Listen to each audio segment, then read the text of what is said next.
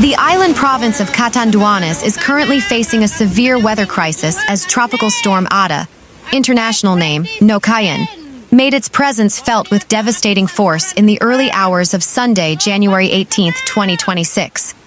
Positioned directly in the storm's projected looping track, the province has become the epicenter of the first major meteorological battle of the year for the Philippines. As of 10 a.m. local time, the Philippine Atmospheric, Geophysical and Astronomical Services Administration, PAGASA, has maintained tropical cyclone wind signal number 2 over the entire province of Catanduanes. The storm is currently packing maximum sustained winds of 85 kilometers per hour near the center and gustiness of up to 105 kilometers per hour. While Ada is classified as a high-end tropical storm, its slow-moving nature is causing more concern than its wind speed as it continues to dump torrential and persistent rainfall over the mountainous terrain of the island. The provincial capital, Virac, and northern municipalities such as Pandan and Camarines reported a total blackout starting at 2 a.m. today. The National Grid Corporation of the Philippines confirmed that several transmission lines were tripped due to flying debris and fallen trees. Repair crews are currently on standby but cannot begin restoration efforts due to the dangerous wind gusts and the high risk of further line collapses. Coastal roads in the municipality of Gigmoto and Baras have been rendered impassable.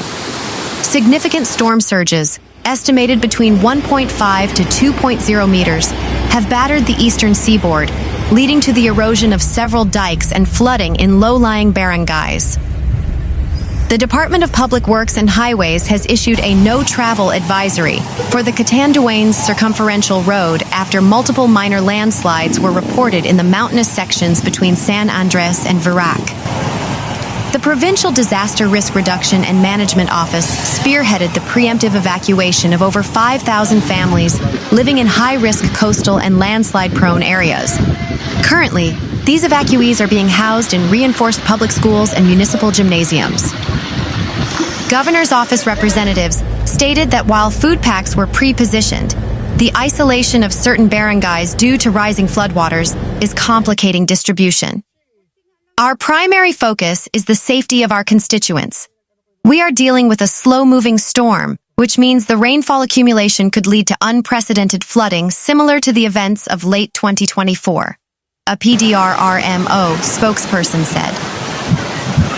What makes Storm Ada particularly dangerous for Catanduanes is its predicted looping behavior.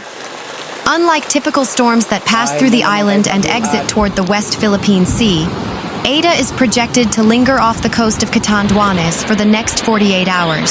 This prolonged exposure increases the risk of soil saturation, making even minor slopes highly susceptible to massive landslides. PAGASA warns that the Bicol River Basin, which receives runoff from the province's highlands, is nearing critical levels. Residents in the northern towns have been warned of potential flash floods as small river systems begin to overflow their banks. The province's abaca industry, the primary livelihood for thousands of Catanduanes residents, is expected to suffer a heavy blow. Preliminary reports from the Provincial Agriculture Office suggest that hundreds of hectares of abaca plantations in the Central Highlands have been flattened by the initial gusts. Furthermore, the no-sale policy remains strictly enforced, leaving thousands of fisherfolk without income as the Philippine Coast Guard monitors the treacherous waters of the Maqueda Channel and the Philippine Sea. The Provincial Health Office has put all public hospitals on Code White alert. Medical teams are monitoring evacuation centers for potential outbreaks of water-borne diseases. Residents are urged to boil their drinking water as some localized pipe bursts have been reported, raising concerns about contamination. Meanwhile, the province of Camarines Sur has been placed under a high state of alert as Tropical Storm Ada, international name Nokaen, continues to batter the Bicol region with relentless rain and sustained winds. As of the afternoon of Sunday, January 18, 2026, several municipalities in the province are already grappling with rising floodwaters and the threat of catastrophic landslides, prompting the Provincial Disaster Risk Reduction and Management Council to declare a red alert status. The Philippine Atmospheric, Geophysical and Astronomical Services Administration has hoisted tropical cyclone wind signal number 2 over the eastern and central portions of Camarines Sur. This includes the major hub of Naga City and the municipalities bordering the Laganoy Gulf. The storm is packing maximum sustained winds of 85 kilometers per hour, with gusts reaching up to 110 kilometers per hour. Meteorologists warn that while the winds are damaging, the primary threat to Camarines Sur is the extreme rainfall caused by the storm's slow movement, which is currently dumping over 150 to 200 millimeters of rain within a 24-hour window. One of the most critical concerns for local authorities is the Bicol River Basin. Water levels at the Lake Buhi and Lake Bato outlets have risen significantly over the past 12 hours. The PDRRMC has issued an urgent warning to residents in the catch basin towns, including Nabua, Bato, Bao, and Milaor, as these areas are highly prone to prolonged submergence. In Nabua, several barangays are already reporting waist-deep floods, cutting off inter-village transport and forcing residents to use makeshift boats. As of 1 p.m. today, approximately 70% of Camarines Sur is without electricity. The Camarines Sur 1, 2, 3, and 4 electric cooperatives, Garchitorena, have implemented emergency shutdowns in several substations as a precautionary measure against surging floodwaters and fallen primary lines. In Naga City, power was lost after a large acacia tree toppled onto a major transformer in the Magsaysay district. Communication remains spotty in the Partido district, eastern Camarines Sur, as several cell towers have been affected by the wind gusts and intermittent power supply. Governor's office reported that as of midday, more than 12,000 families, approximately 45,000 individuals, have been successfully moved to 185 evacuation centers across the province. The evacuation focused on 3 main hazard zones. Towns such as Sagñay, Tiwi border, and Garchitorena, where storm surges of 1.0 to 1.5 meters have been recorded, particularly around Mount Isarog and Mount Iriga. Barangays surrounding the slopes of Mount Mayon's northern influence and areas near Mount Isarog that are susceptible to mud flows. The Maharlika Highway, the main artery connecting Bicol to Metro Manila, remains open but is under heavy monitoring. However, the DPWH has closed the Fuentebella Highway in the Partido area due to multiple small-scale landslides. In the town of Presentacion, a section of the coastal road has collapsed into the sea, completely isolating the municipality from land travel. Naga City's central business district is currently experiencing street-level flooding, making it difficult for light vehicles to navigate the city center. Camarines Sur, known as one of the rice granaries of the Philippines, is facing substantial agricultural losses. Thousands of hectares of newly planted rice crops in the Libmanan and Calabanga areas are now submerged. The Provincial Agriculture Office expressed fears that if the flooding persists for more than 3 days, the crops will be a total loss. Fishermen in the coastal towns of Saruma and Tinambak have been prohibited from venturing out to sea since Friday, leading to a temporary halt in the local fish supply. Experts are particularly worried about Ada's projected looping path.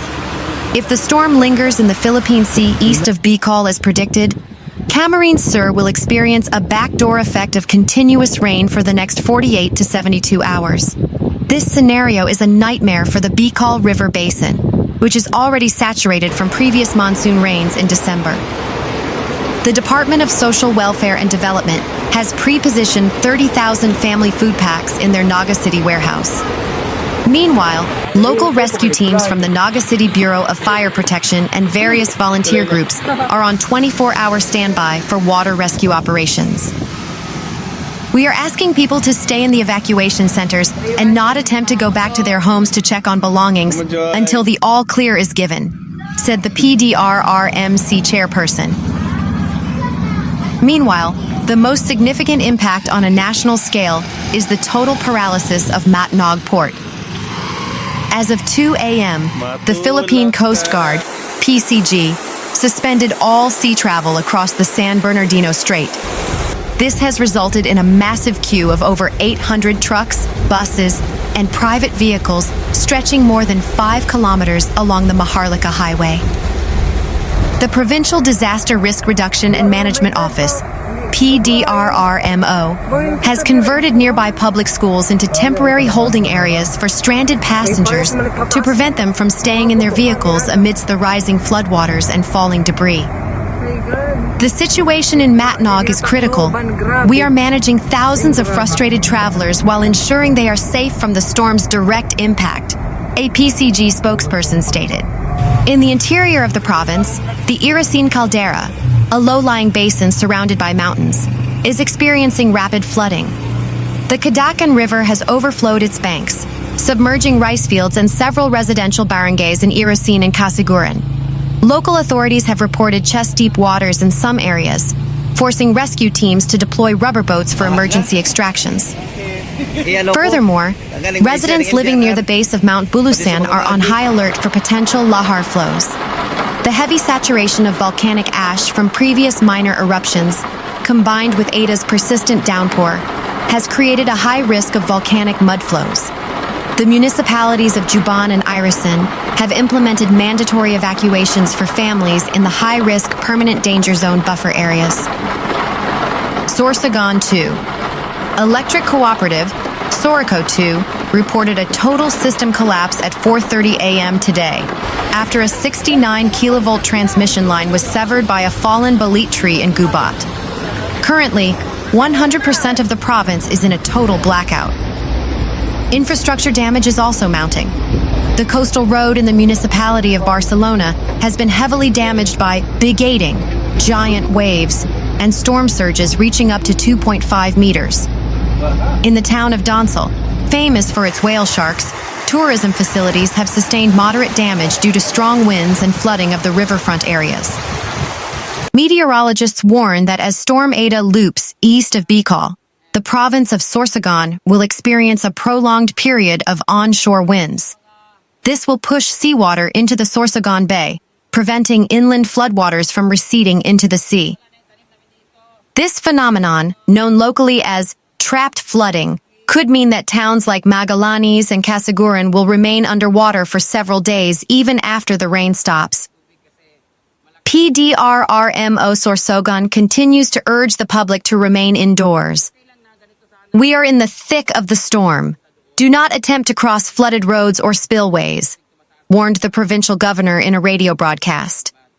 The no sail, no swim, no fish policy remains in strict effect province-wide.